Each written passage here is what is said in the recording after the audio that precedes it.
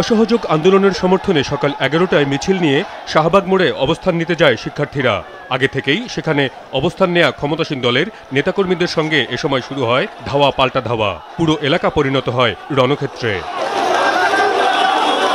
সরকার সমর্থকরা পাশের বঙ্গবন্ধু শেখ মুজিব মেডিকেল বিশ্ববিদ্যালয় হাসপাতালের ভেতরে আশ্রয় নিয়ে ইট পাটকেল ছুটতে থাকলে হাসপাতাল প্রাঙ্গণে রাখা গাড়ি ও প্রবেশ গেট ভাঙচুর করে আন্দোলনকারীরা। কিছুক্ষণ পর সেখানে বেশ কিছু গাড়ি পুড়তে দেখা যায়। শাহবাগে শিক্ষার্থীদের সমর্থনে আসা নাগরিক সমাজের প্রতিনিধি ও অভিভাবকরাও সংঘর্ষের শিকার হন। এখন সাধারণ জনগণ যুক্ত হয়েছে, অভিভাবকরা যুক্ত হয়েছে এবং দেখেন এটা গণজোয়ারে পরিণত হয়েছে। এটাকে আপনি রুখবেন কেমন করে? তারা একের পর এক যে পদক্ষেপগুলো নিচ্ছে তাদেরটা আমি সমর্থন করি এবং আমি মনে করি ওরা সঠিক পথে যাচ্ছে। ভুল করছে সরকার।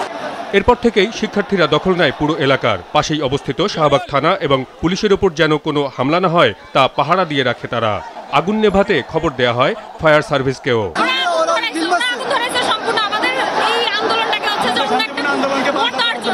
এই অগ্নুত্তপাতে বা এই পিজি হসপিটালের ভিতরে কোনো আন্দোলনকারী প্রবেশ করতে পারে না, তালাবদ্ধ ছিল। তাহলে তার কিভাবে এই পিজি হসপিটালের ভিতরে অগ্নুৎপাত ঘটল?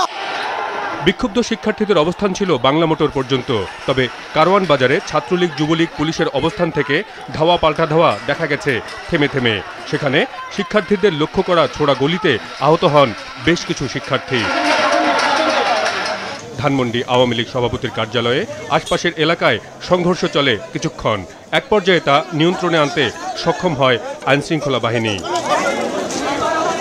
উত্তরার আজমপুর ও রাজলক্ষ্মী মার্কেট বরাবর সড়কে অবস্থান নিয়ে বিক্ষোভ করে আশেপাশের বিভিন্ন শিক্ষা প্রতিষ্ঠানের শিক্ষার্থীরা।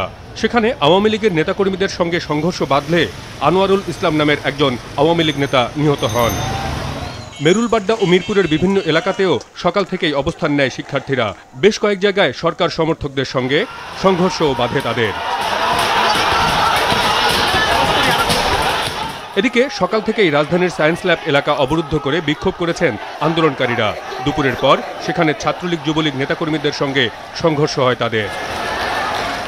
সরকার দলীয় নেতাকর্মী পুলিশ বিক্ষোভকারীদের মধ্যে দফায় দফায় সংঘর্ষ ছড়িয়ে পড়ে আশেপাশের এলাকাতেও। ধানমন্ডি 27 নম্বরে ব্যাপক সংঘর্ষ ও গোলাগুলি চলে লম্বা সময় ধরে। রাজধানী জুড়ে চলা এসব সংঘর্ষে মোট 3 শিক্ষার্থীর মৃত্যুর খবর দিয়েছে বেশ কয়েকটি গণমাধ্যম। এক দফা দাবিতে অসহযোগ আন্দোলনের সমর্থনে এবং প্রাণহানির প্রতিবাদে আগামীকাল ঢাকা অভিমুখে লং মার্চ কর্মসূচির ডাক দিয়েছে বৈষম্য বিরোধী ছাত্র আন্দোলন। আগামীকাল 5ই আগস্ট সারা দেশের মুক্তিকামী জনতাকে ঢাকার উদ্দেশ্যে রওনা হওয়ার জন্য আমরা আহ্বান জানাচ্ছি। যারা পারবেন, যাদের পক্ষে সম্ভব হবে, আজ রাতেই আপনারা ঢাকার উদ্দেশ্যে রওনা হয়ে যান।